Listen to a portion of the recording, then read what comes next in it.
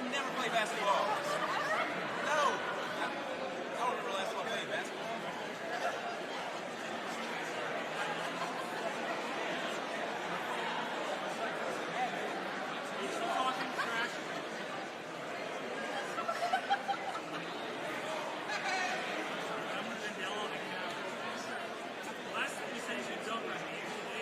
That would never happen. What a fact. Never happened. If I said I was going to serve you, you're going to this group.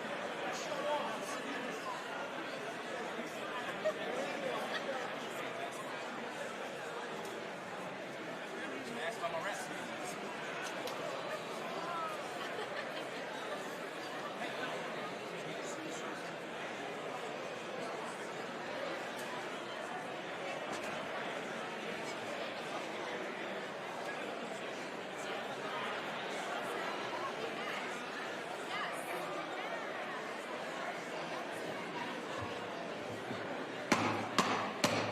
Will the members and guests please take their seats?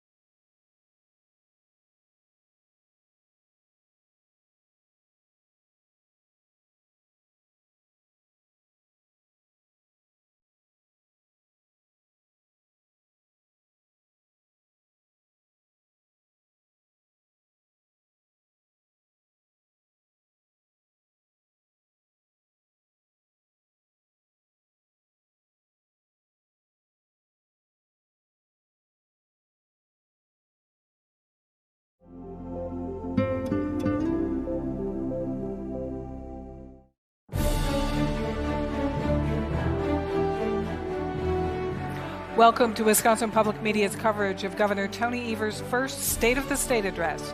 We are live at the Wisconsin State Capitol in Madison.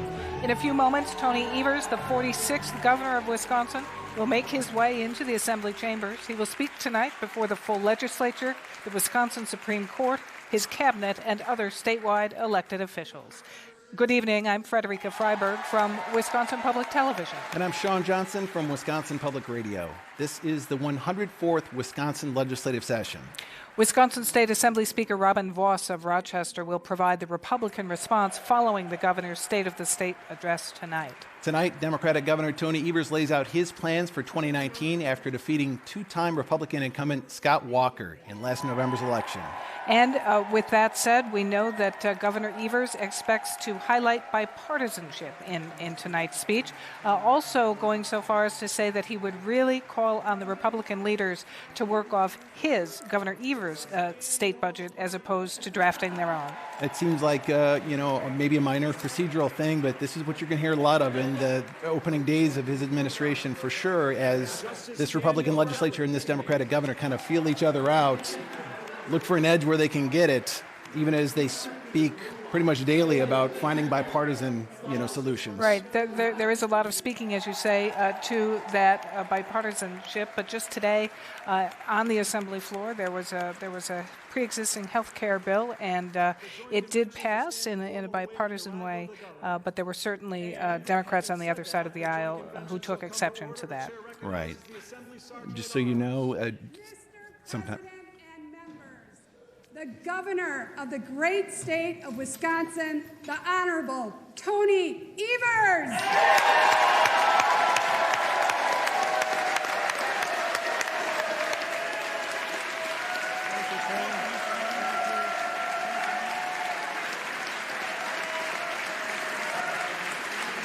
The governor makes his way up.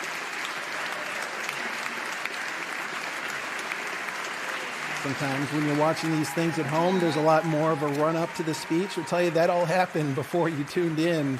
Everybody's ready to get going here tonight. The governor's been waiting to walk through those doors for a few minutes now.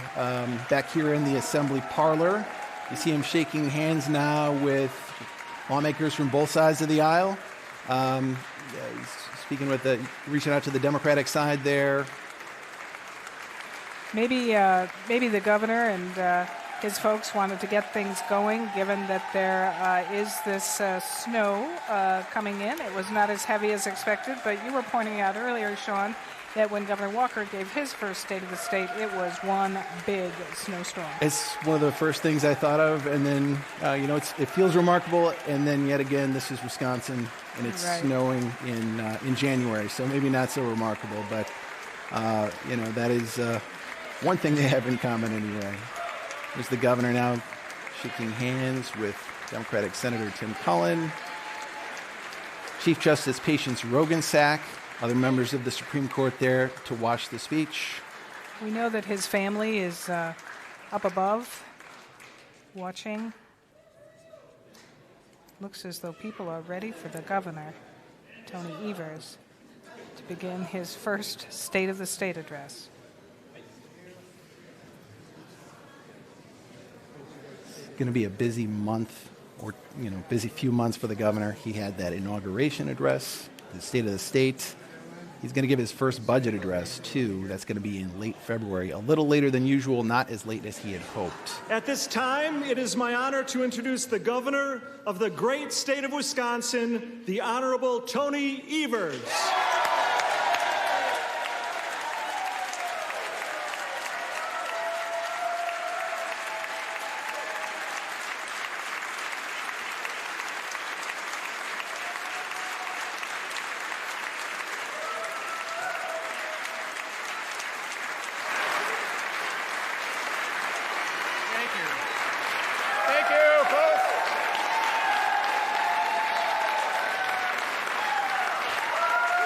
Don't wear yourselves out. Thank you all. Thank you and good evening. Honorable Supreme Court Justices, tribal nation leaders, constitutional officers. Whoops, sorry. How about if we start over? Start clapping again.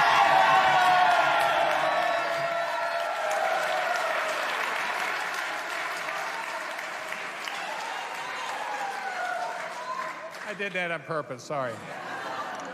Thank you and good evening, Honorable Supreme Court Justices, tribal nation leaders, constitutional officers, Major Dunbar, and members of the Wisconsin National Guard, as well as active and retired members of our armed forces, Senate President Roth, Majority Leader Fitzgerald, Minority Leader Schilling, Speaker Voss, and Minority Leader Hintz, Cabinet members, legislators, distinguished guests, and most importantly, the people of Wisconsin, welcome and thank you for being here tonight. Thank you.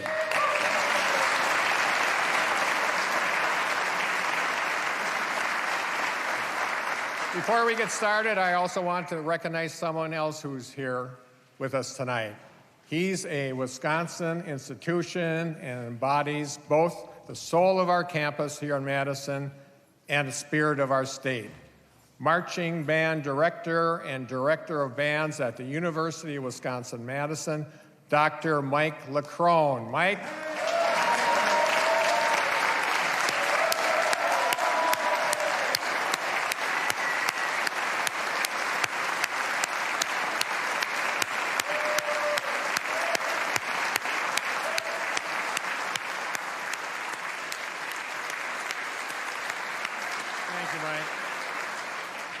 This year marks the 50th and final year leading UW's marching band, as he will be retiring at the end of this year.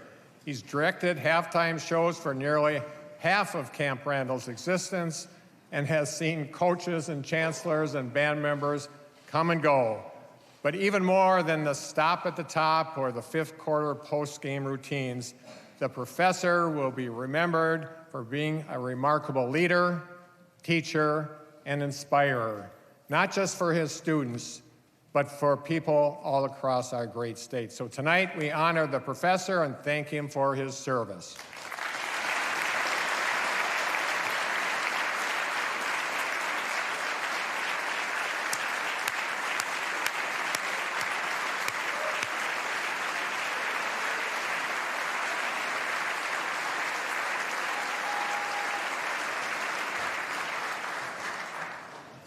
I'd also like to introduce my former junior prom date, Kathy, who's up there tonight in the gallery tonight. Kathleen, where are you?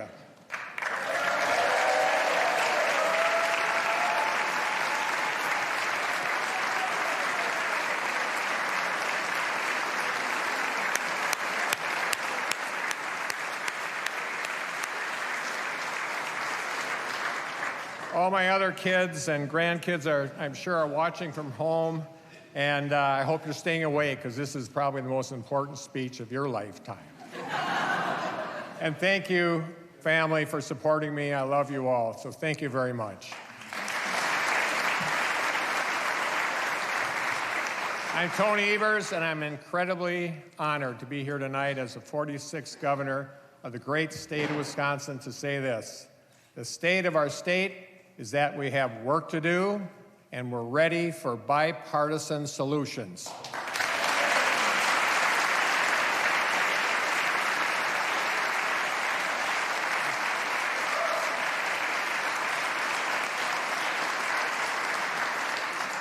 You know, a few weeks ago, I stood just outside of here where I took the oath of office and delivered my inaugural address.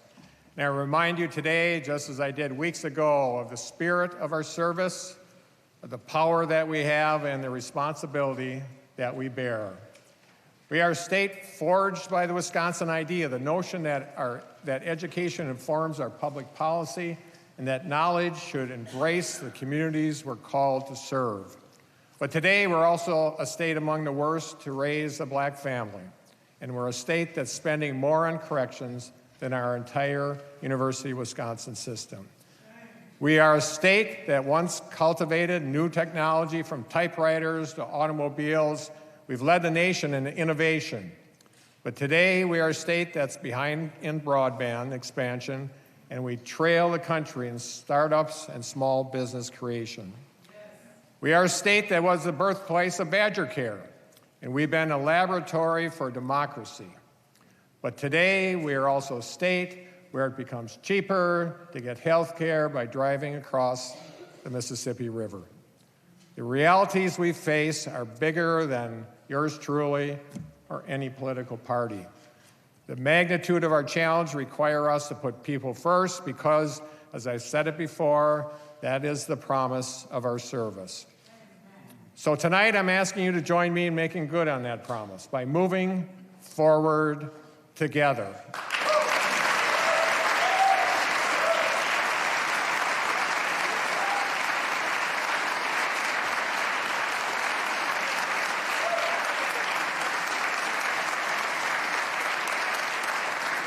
Fixing our economy remains a top priority. That's why just this last week, I directed the Wisconsin Economic Development Corporation to create an innovation and entrepreneurship committee focusing on supporting our small businesses, seeding capital funds, and technology development. But there is more to an economy than counting job creation. And the state of our state is more than just our unemployment rate.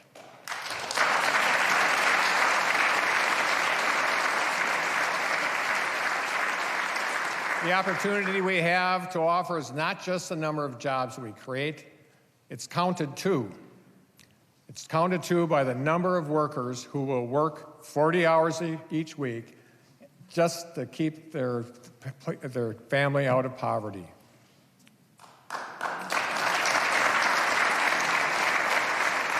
The strength of our success is not found solely in fiscal surplus. It's defined too by the number of our kids that will go to school hungry tomorrow. And the metric for my grandkids and your posterity is also not just what we keep in the coffers for a rainy day. It's measured, too, by the quality of the natural resources we're leaving behind for our kids and their grandkids after them.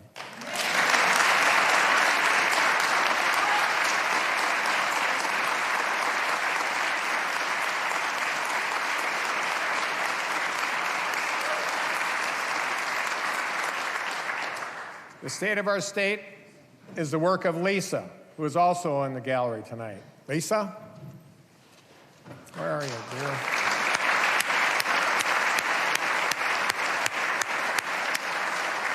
Lisa is the founder and president of the Foundation for Black Women's Wellness.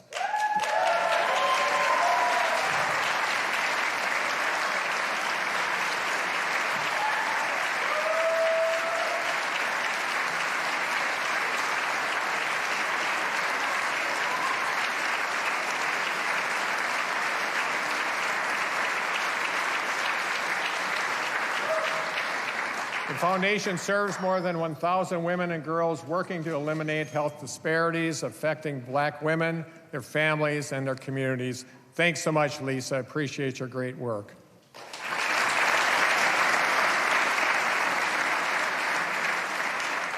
The state of our state is also about the story of Jen, who grew up in Cashton. Because of the Affordable Care Act, Jen has access to comprehensive, patient-centered care that is tailored to her needs. Being able to afford services and insurance has allowed Jen to take control of her health from preventative to reproductive to behavioral health care. Jen is also here in the gallery tonight. Thank you much, Jen.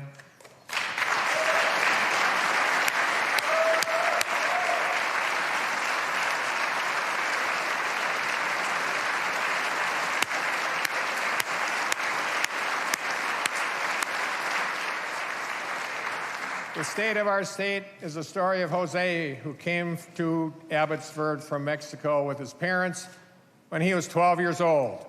Jose learned English through Abbotsford's English as a Second Language program and gained a sense of community when he signed up to play baseball in high school.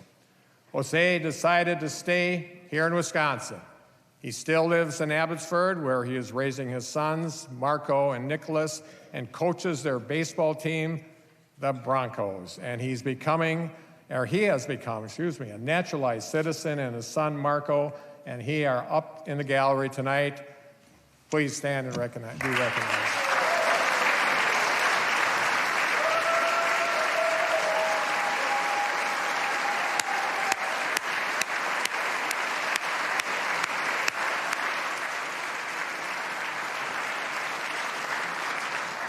The story of our state is a story of students like Alex from Boyceville Middle School.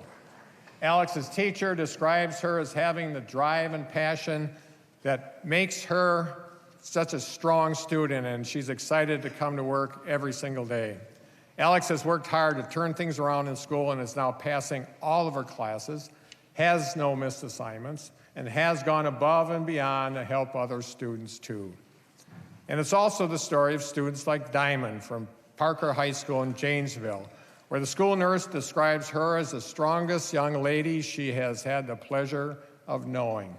Diamond's family has had some tough times, but Diamond has persevered, is excelling in school, and has dreams of becoming a pediatrician or a pediatric nurse. Diamond is here in the gallery, and tonight I'm excited to announce that Alex and Diamond are first ever recipients of the Star Student Award in Wisconsin. Diamond, could you please stand?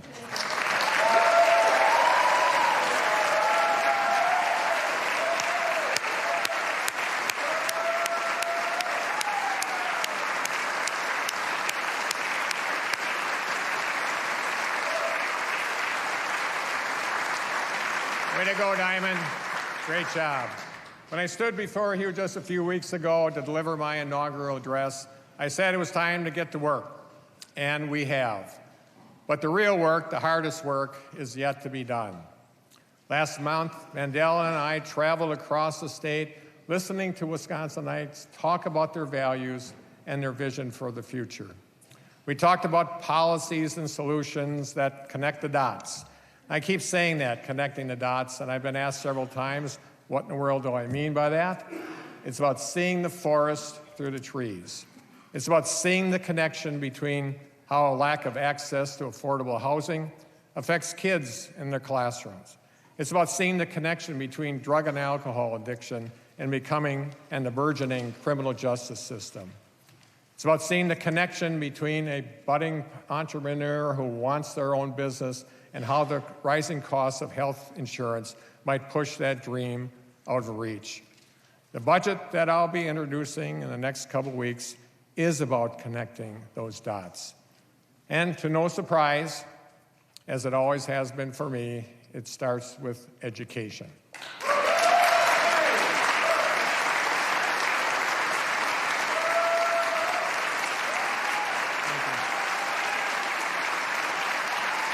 Thank you.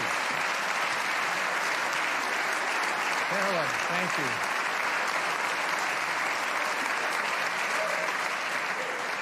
Connecting the dots means recognizing that what's best for our kids is best for our state.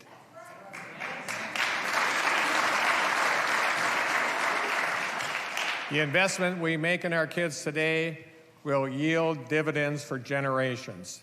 That's why our budget reaffirms our state commitment to our kids by returning to 2/3 funding for the schools across Wisconsin.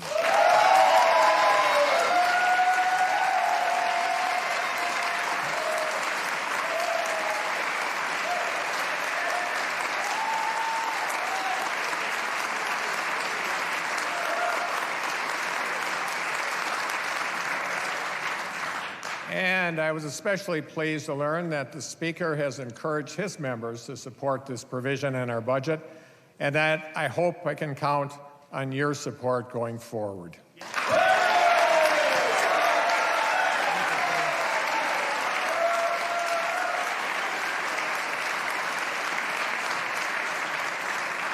In addition to 2/3 funding, we're also going to make sure that we have the resources to support our kids with special needs.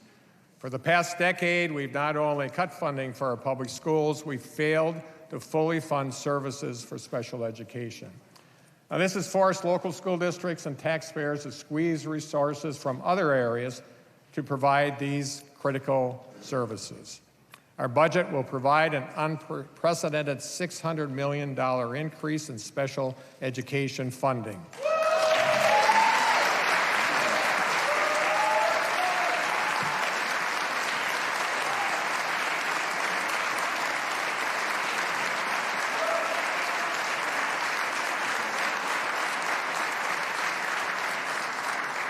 This means our school districts will have enough to allocate the resources they do have to other areas of high need.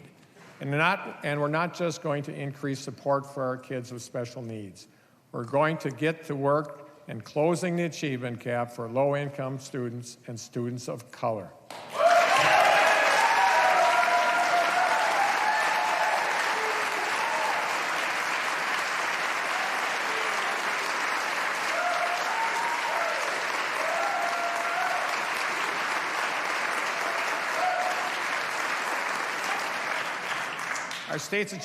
Our state's achievement gap is among the highest in the nation in reading and math scores.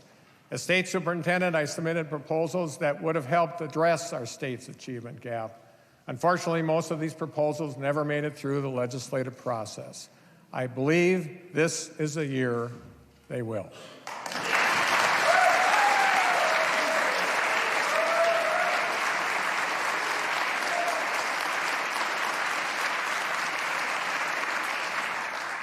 And my urban initiative programs will also empower minority students in our state's highest need districts by expanding early childhood education and summer school grant programs.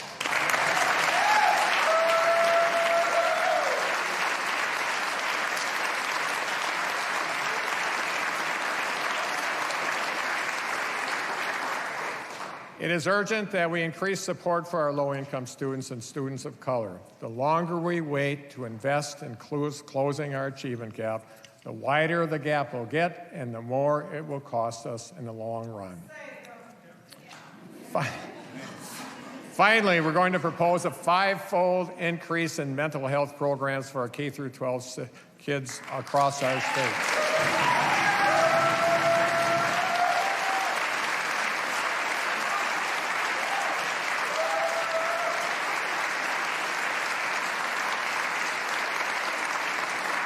But funding mental health programming in our schools is not enough.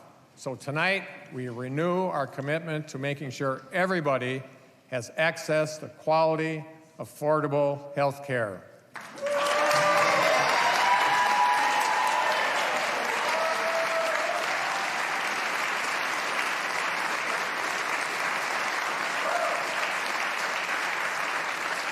We've already started working to make sure health care in Wisconsin is affordable and accessible. We signed executive orders creating a Healthy Communities Initiative and calling upon the Department of Health Services to prioritize these goals. We also called upon our state agency to connect the dots and work together on how we can protect health care coverage for people in our state. But our work can't stop there. That's why our budget will also seek to expand Medicaid in Wisconsin.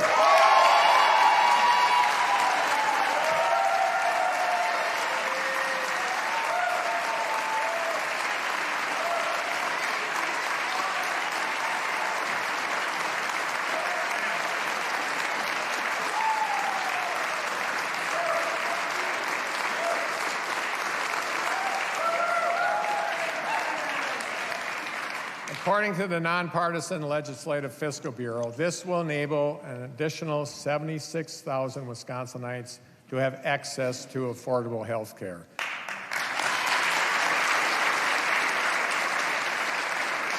On top of that, this would also save Wisconsin taxpayers hundreds of millions of dollars, allowing us to reallocate those cost savings to other critical programs. We have a real opportunity here, folks. And at the end of the day, Mr. Majority Leader and Mr. Speaker, health care should not be a partisan issue. You know, Republican states like Kentucky and Nebraska and Idaho have expanded Medicaid, and so have Democratic states such as Washington, California, and Minnesota. We should be able to get it done here, too.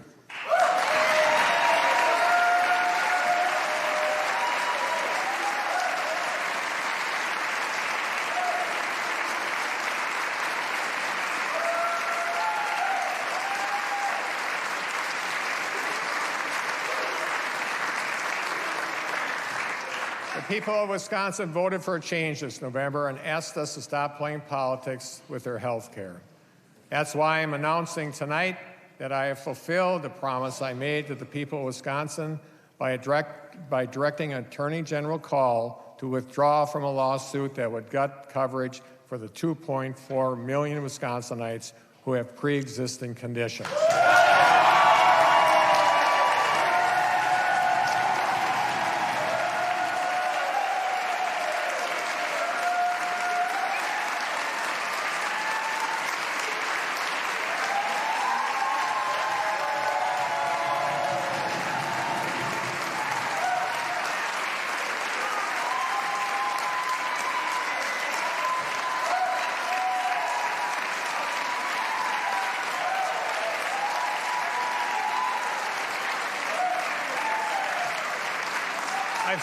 I've said all along that I believe the best way to maintain protections for health care here in Wisconsin is to stop trying to dismantle those protections at the federal level.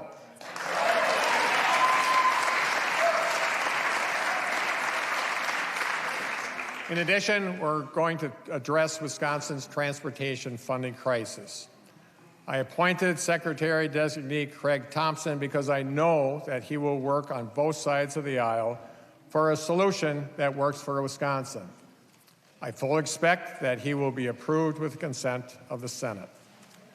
I've said all along that I believe we have to bring people together to work on this issue, and I believe Secretary-designate Thompson can get it done. In the coming days, we'll be announcing a task force of stakeholders to get to work on a bipartisan policy solution to be included in the people's budget.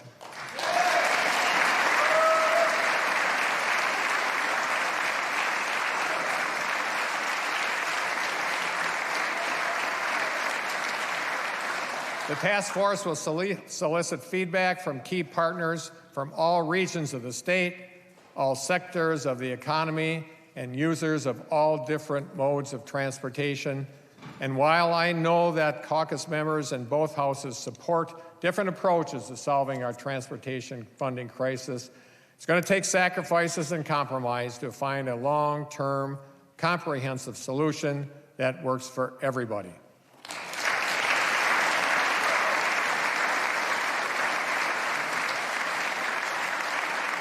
But roads and bridges are only a small part of the infrastructure challenges facing our state. That's why I'm also declaring 2019 is a year of clean drinking water in Wisconsin.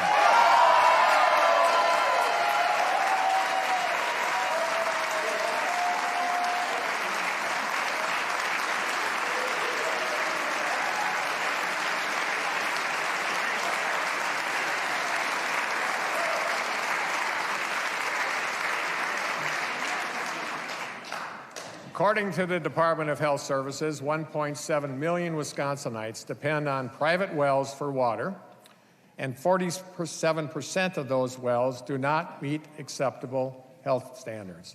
Meanwhile, according to the U.S. Environmental Protection Agency, we have an estimated 176,000 lead service lines across our state. Removing lead service lines could cost over $2 billion. But Pew Charitable Trust estimates that for every dollar we spend on replacing lead drinking water lines, we will see a 133% return on our investment in higher lifetime earnings and better health outcomes. What a deal.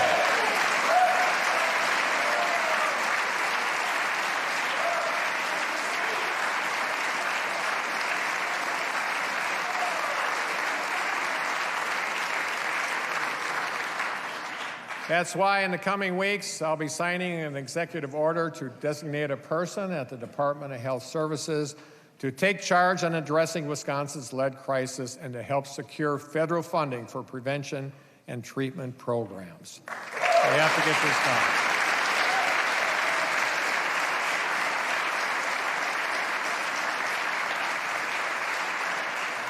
And finally, we're going to cut taxes by 10% for everyone making up to $100,000 a year and families making up to $150,000 a year.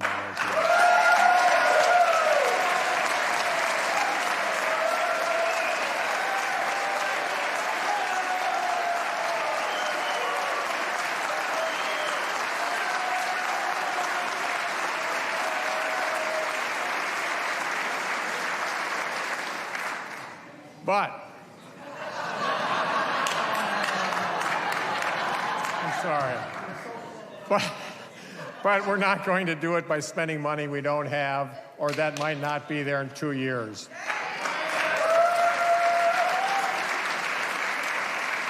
I don't make promises I can't keep, and I'm not going to propose things that we can't pay for. So instead, we're going to fund tax relief for hardworking families by capping a corporate tax, 80% of it, which goes to filers making more than $1 million per year.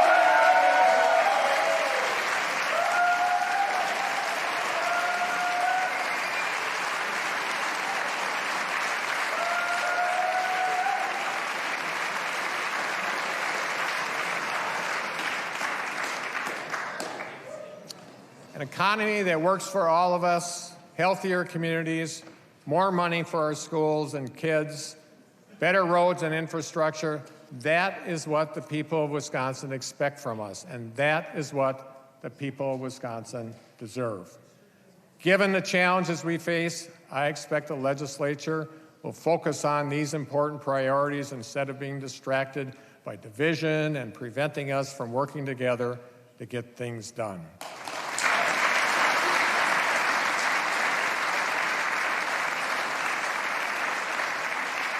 You know, in the governor's conference room, inscribed on the ceiling is a phrase that reads, "The will of the people is the law of the land." The will of the people is the law of the land.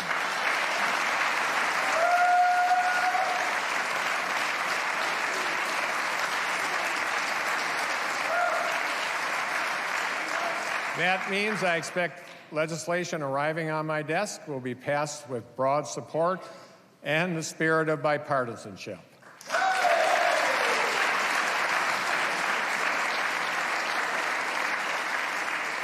That means instead of taking up an entirely new budget of its own, I expect the legislature to take up the budget I crafted by and with the people of the state of Wisconsin.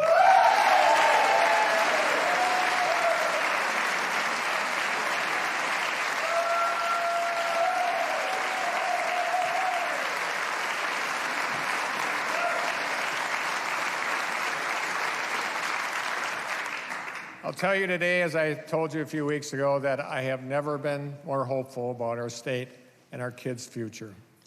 I have no doubt that there will be issues on which we disagree. I have no doubt that there will be times we will be frustrated by the deliberative process of democracy and making sausage. But we will engage civilly, we will have discourse and dialogue, but it will not devolve into disrespect. And we will govern with a humble appreciation that the will of the people, our people, is the law of the land.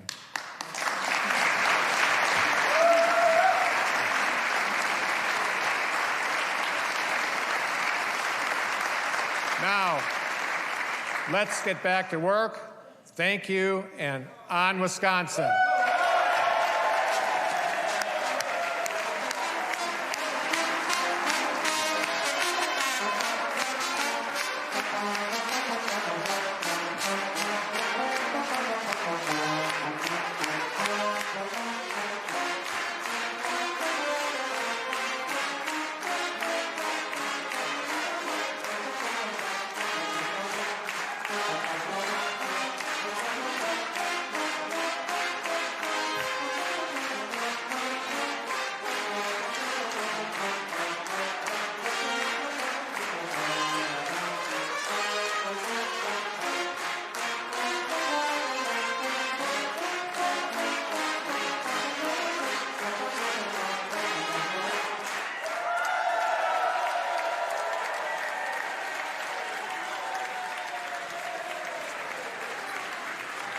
And so that concludes Governor Tony Evers' first State of the State address. We will be hearing a Republican response from Assembly Speaker Robin Vos in just a few moments. But Sean, we should mention and reflect on the fact that the biggest applause from Democrats in this speech came when the governor talked about directing the Attorney General to withdraw from the ACA lawsuit and expand Medicaid. He wants to expand Medicaid as well. Yeah, if you've watched or listened to any of these speeches, you kind of know the drill. The executive who gives the speech has usually his side of the aisle cheering for some parts of it, the other side of the aisle sitting for many parts of it. That was the greatest disparity I think we saw during the speech. Democrats really erupted when the governor said he was going to direct the Attorney General to drop that lawsuit that seeks to overturn the ACA. You didn't hear anything from Republicans during that. Now, some context on that. This is something that the governor campaigned on. He said he was going to do. This is something that Attorney General Call campaigned on. It was one of their biggest campaign promises. But in the lame duck session that concluded in December, that power was diminished. It was, the governor could still direct the Attorney General to drop out of a lawsuit like this, but he would need the approval of the legislature's budget committee to get it done. So what's unclear right now is whether Governor Evers is going to direct Attorney General Call to drop the lawsuit and just get out of it, let the lawsuits come, if they will, because we know that Democrats opposed these lame duck laws that were passed in the December extraordinary session, or whether the governor is going to go through the process of directing Call and then asking the legislature's budget committee for their okay. So obviously this is something to watch and look for the fine points on. But then there's also the expanding of Medicaid, which we know the Republicans are opposed to. And on that one, you've heard Republicans say pretty consistently they don't want to go along with that. But it's going to be a big part of the governor's budget, so we know that conflict is going to be there in the upcoming session. On that issue, the governor said that he's going to keep it in the budget. Republicans have said in pretty, no uncertain terms, I think he'd say, that they're not going to support it. Right.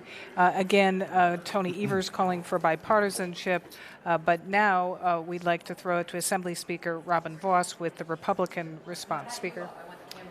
Vos is from Rochester and represents the 63rd Wisconsin Assembly District. Speaker Vos has tonight's Republican response. Hello, I'm Assembly Speaker Robin Vos. I'm honored to give the Republican response tonight. As I've traveled across our great state this past year, I've seen Wisconsin at its best. Our state and its people are thriving. In northeast Wisconsin, Marinette Marine is expanding and building the future of our nation's naval fleet. Outside Lambeau Field, the Titletown development is taking shape and attracting visitors even in the off-season. In Milwaukee, the Fiserv Forum is having an amazing inaugural season, especially with the Milwaukee Bucks having the best record in the NBA. Throughout Wisconsin, many farmers have had their first growing season of hemp in more than 70 years. Business owners all across our state are increasing pay to meet the demand in our competitive marketplace. Wisconsin now has more jobs than people to fill them. It's clear, no matter what you've heard, the state of our state is incredibly strong. You simply can't ignore the facts, no matter how much some people want to. The Wisconsin unemployment rate is at its 11th straight month at or below 3%. Despite what we heard tonight, new businesses are up nearly 7% just this past year. We're seeing the fewest mortgage foreclosures in 18 years. Exports, many manufacturing, have increased by 3.2%. And our tourism spending now tops over $20 billion. One of my favorites, Wisconsin families now have the lowest tax burden in nearly 50 years. By any metric, Wisconsin is in great shape, and that's why economists agree that the economy is in the best shape it's been in decades. You might ask yourself, how did we get here? For the last 8 years, Republicans have worked hard to make sure Wisconsin is open for business. We cut taxes by more than $8 billion, with the property tax burden being lower today than it was even in 2011. We made investments in worker training, we froze college tuition, and we made the largest investment ever in K-12 education in actual dollars spent. Wisconsin is certainly on a roll, and I promise you Republicans are not going to allow us to slip backwards. We're committed to keeping your taxes low, the state pension fully funded, and our budget balanced. We can increase our investment in K-12 education to 2/3 funding without raising any income or any sales taxes, as it sounds like tonight some might propose. As President Ronald Reagan once said, as government expands, liberty contracts. He also said, freedom is never more than one generation away from extinction. Let me promise you, Republicans in the legislature won't forget Ronald Reagan's sentiments. We won't let government grow out of control, and we won't let socialism take root in our state. I promise you, Republicans will fight for and protect your freedom. From unnecessary red flag gun laws to the expansion of government-run and controlled health care. We will keep spending in check, continue to focus on our successful school choice programs, and most importantly, protect the unborn. However, we know that when voters chose divided government, they certainly didn't choose inaction.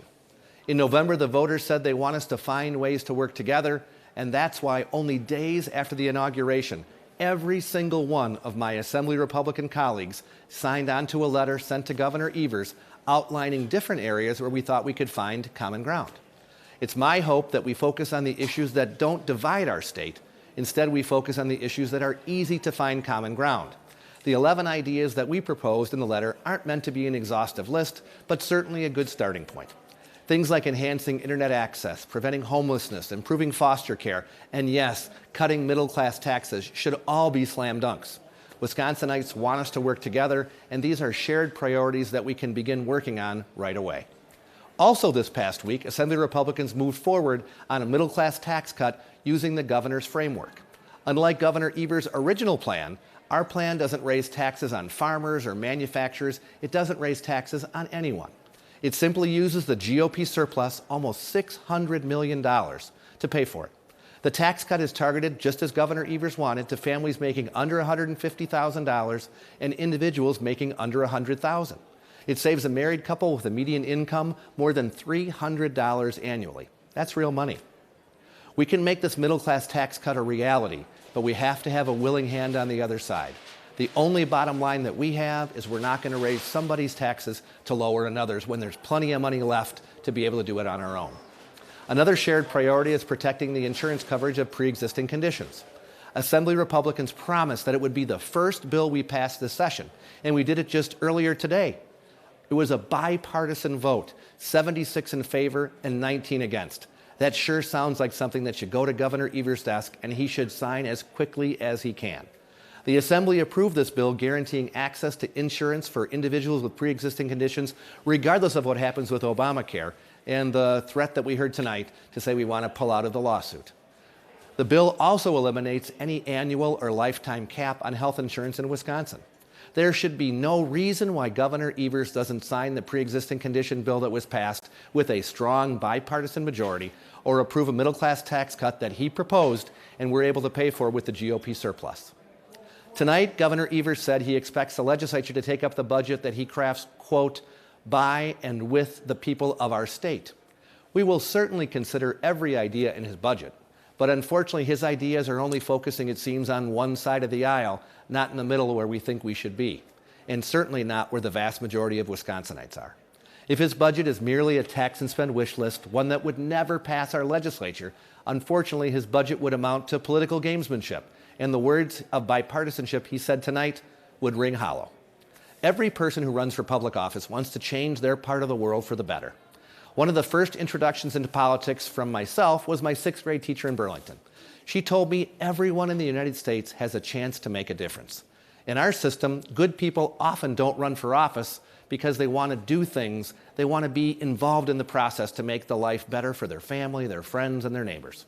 I know Democrats want that. I know Republicans want that. I know every Wisconsinite wants that. That's why I'm so worried that hate and vitriol have become far too pervasive on social media these days. I believe it discourages people from entering the public arena and fighting for their ideas. We all want what's best for Wisconsin, regardless of party. So let's do a better job listening to one another and understanding each other's perspective. In closing, let me reiterate tonight what Republicans are going to work for over the next 2 years. We will work to keep the tax burden lower and affordable for the middle class. We will protect those with pre-existing conditions. We will make record investments in K-12 education, and we will continue to work together to move Wisconsin forward. Thank you for joining me. God bless you and your family, and God bless the state of Wisconsin. That was Republican Assembly Speaker Robin Vos with the Republican response. If you would like to see the State of the State address or the Republican response again, you can find it later on our website at wpt.org. Now, we will also, of course, have continuing coverage this Friday on Here and Now at 7:30. And Wisconsin Public Radio will also continue to follow developments from the Capitol. You can hear more discussions tomorrow morning from 6 to 9 on The Morning Show with Kate Archer-Kent. You'll also be able to hear more coverage on Morning Edition and during our newscasts. We hope to see you back here in late February for the state budget address. I'm Sean Johnson with Wisconsin Public Radio. And I'm Frederica Freiberg with Wisconsin Public Television. Thanks for joining us. This concludes Wisconsin Public Media's coverage of the 2019 State of the State address.